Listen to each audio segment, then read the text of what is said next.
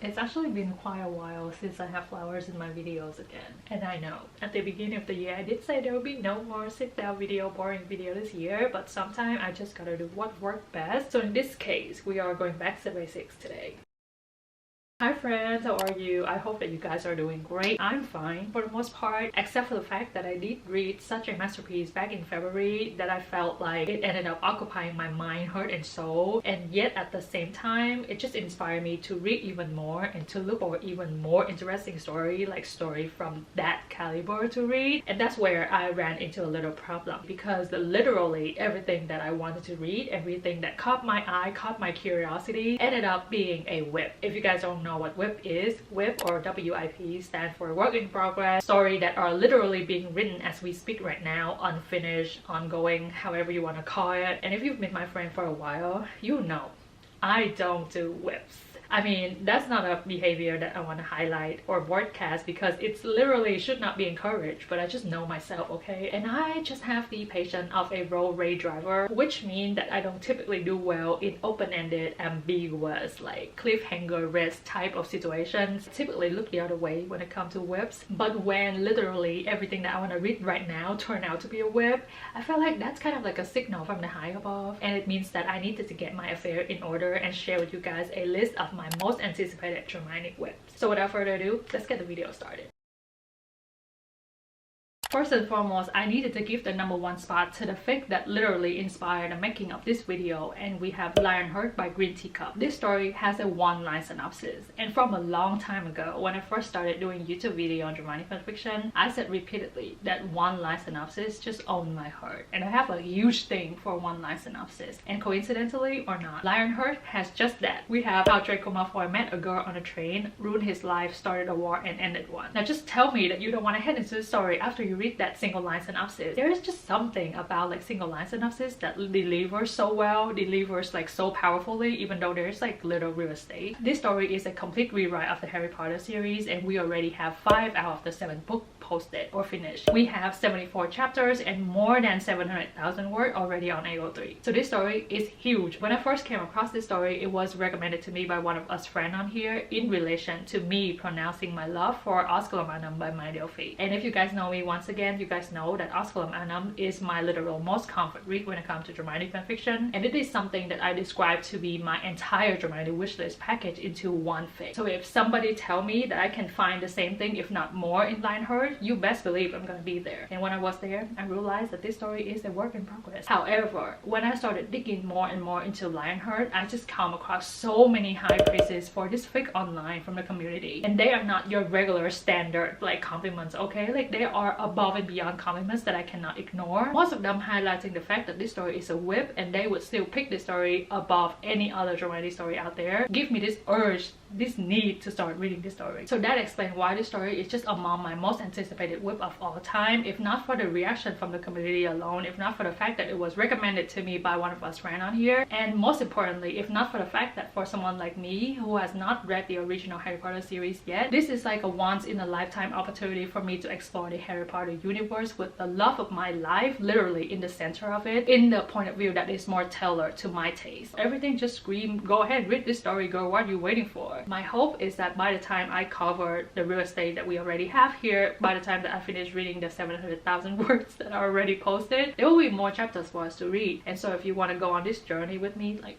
let me know in the comment down below. Let me know what you think about Lionheart if you have read this story. I just have this belief, this faith that this story will turn out to be a masterpiece, a pillar in my library, a pillar in my dramatic career. Next, we also have something that has been recommended to me by one of us friends on here too, and we have This Thing of Ours by Molivia. This story is a Mafia AU story, and it was recommended to me in relation to me saying that I want more experience with Mafia AU. With my little experience in Mafia AU, I felt like I have already experienced a mix of the AUs in this Mafia AU war. There are fics that still follow, you know, the same Voldy theme, like Dead Eater theme, but there are also fics like Nobara that just explore a whole entire war building. And I feel like this one is going to be the latter, when this war is going to be so different from what we know in the Harry Potter series. From what I've gathered, it seems like there is no Voldemort in this story, and there will be like no war, nothing like that. So everyone is still kind of like alive and well, but there's still Tom Riddle. And Draco is also 6 years older than Hermione in this story. I've said before in my video that in my head, Draco and Hermione are kind of like equal. They are the same age. This story will be interesting for me to explore this like age gap between them. Also, this story has an Italian Draco, which I feel like I have never seen in Dramione fanfiction before. He speaks French a lot in Dramione fanfiction,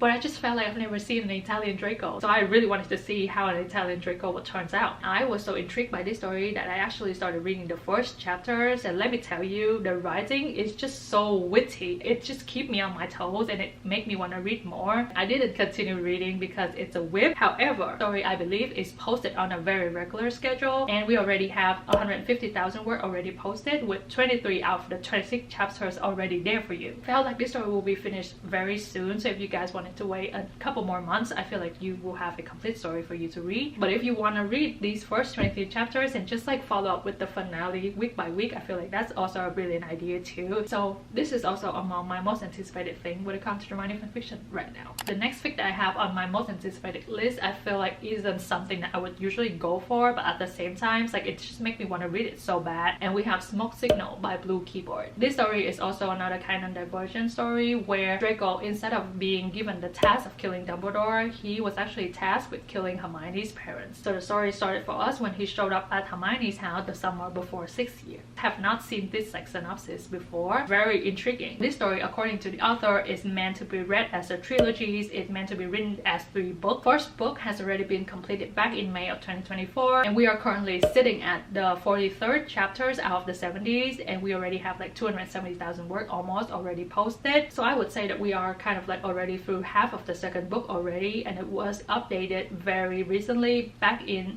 the beginning of February. My entire Dramione obsession started from the 6th movie, or like that 6th year, that fated 6th year. Anything of 6th year you throw my way, you best believe I'm gonna gawk at it. Give me that, you know, Hogwarts era type of like secret relationship if I'm reading this correctly. It also had like enemy to lovers, like standardly. There's another thing that drew me into this story, and I'm not sure if this says a lot about myself, but the art cover for this story just like drew me in so bad. I have a thing for Han, okay?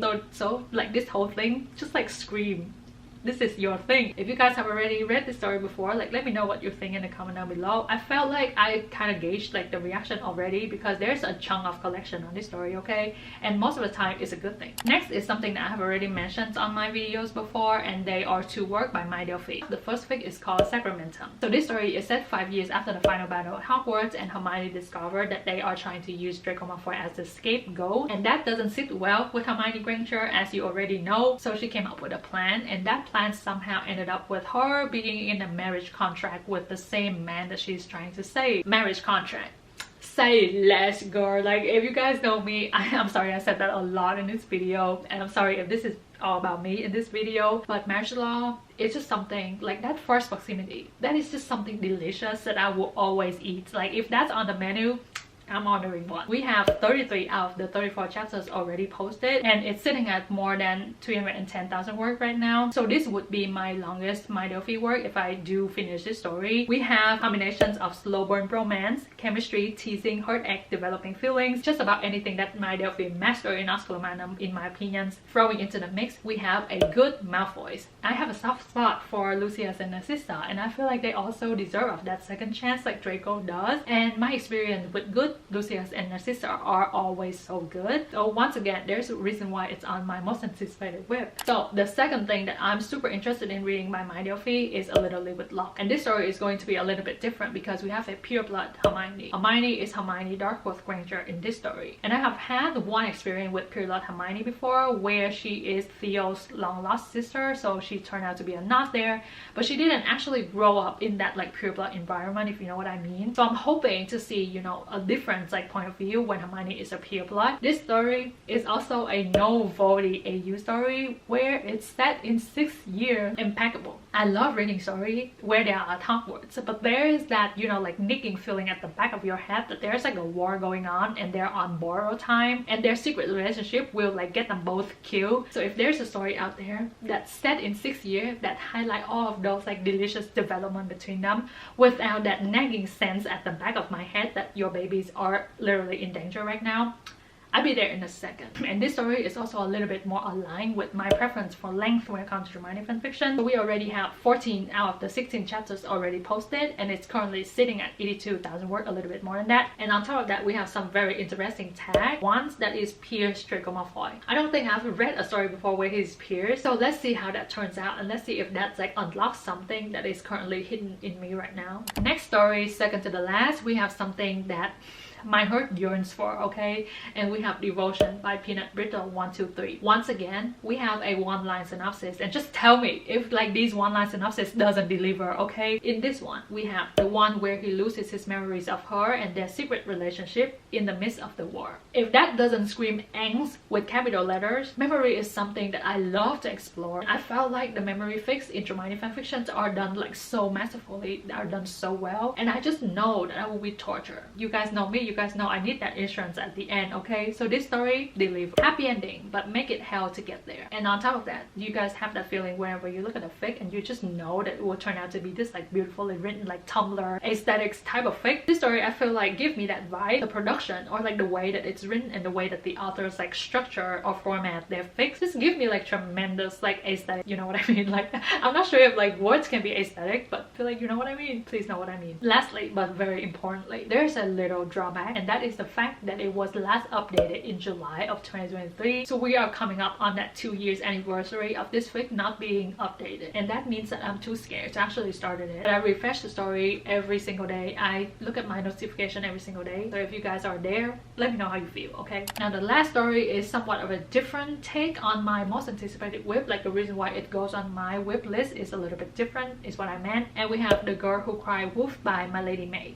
This story also has a really pretty cover art. On top of all of those high quality pieces of work that we are given on the daily, we are also given so many talented artists making dramione art, whether independently or you know in collaboration with an author, to make like pretty cover art. And I know that they say don't judge a book by its cover, but I'm shallow, okay? I just want to say thank you for all of these cover art. It may not be important to someone else, but it's very important to me. So back to the story at hand. We have, I believe, is a post-war story, and it sets like around that forbidden forest because we have an Animagus Draco. I don't think I've read so many fic with a creator Draco in it, but every single fic that has a creator Draco I feel like is among my top tier reads. I have Living in a Dream by Ally147 or Waffentrade by Kiyono Mikos. Like those are among my favorite reads of all time. So I really wanted to experience more creator Draco, and this one just like give me that. We already have 25 out of the 40 chapters already posted with like 100, just a little bit under 175,000 words. So it's a long fic and it's a lot of real estate for you to cover if you want to start it today. Funny reason why I put this story on here is because I am in love with the Korean drama It's Okay Not to Be Okay, and I don't really watch many Korean drama, but that one